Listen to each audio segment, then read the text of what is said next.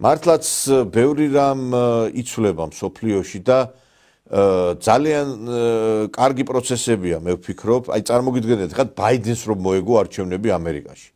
ეს ფთაშესხმული ოპოზიცია 10 მაგი ძალებით შეუტევდა პარლამენტს, ესენი ჭკუაზე გადავიდოდნენ და მართლაც სასწაულდღეში ჩავარდებოდით ჩვენ. აქ შეიძლება მართლაც კატასტროფა მომხდარიყო საქართველოში.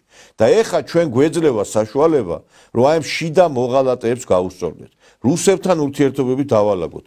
ალბათ ვერც კი წარმოიდგენდათ თქვენ და ბევრიც ამ პოლიტიკაში თუ გამოვიდოდა მამუკა ხაზარაძე და რუსეთთან ურთიერთობების ადგენაზე და მათთან საუბარზე, რუსეთთან საუბარზე დაიწყებდა რიტორიკულ რაღაცა მსჯელობას. დავიწყებთ მოლაპარაკებას რუსეთთანაც, მაგრამ მაგიდაზე მარტო არ დავჯდებით. იმიტომ რომ პატარა ქვეყანა ვართ, საშუალება გვაქვს ჩვენ რომ აქ ბალანსი მივიღოთ. რუსეთი მეგობრებით სამყავს და ძალიან მაგრა ვიცნობ რუსულ კულტურასაც, პეტრიგეუნე.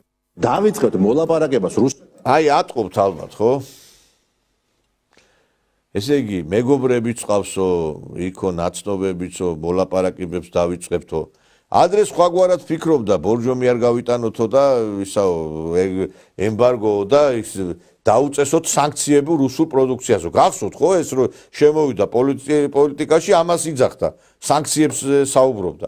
დღეს რომ შეიცვალა სიტუაცია, არსებობს ბოროტი ხმების მოტანილი ამბებით, რომ ეს დაძვრება მოსკოვში თავისი ემისრების მეშვეობით და ცდილობს იქ რუსეთის ხელისუფლებასთან დაალაგოს სიტუაცია. სხვათა შორის ამაზე საუბრობენ და კიდე ბევრ ნაციონალების ლიდერებზე, რომლებიც ცდილობენ რომ ეხლა გადაპორტიდნენ უკვე რუსეთის მიმართულებით, იმიტომ რომ ყველამ კარგად იცის რომ აქ ამ რეგიონში უკვე ყველაფრის წარმმართველი იქნება რუსეთი. თუ აქამდე აქ ამერიკა ურევდა სიტუაციას, ეს წარსულს ჩაბარდა.